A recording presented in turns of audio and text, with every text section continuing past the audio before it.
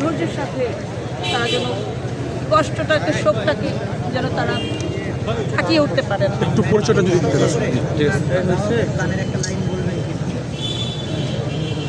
এখন গান গাওয়াটা কেমন হবে আমি জানি না। একটু পরিচয়টা যদি বলতেন আপনি একটু পরিচয়টা যদি আপনি একটু বলতেন। সরি, একটু পরিচয় আপনার পরিচয়টা।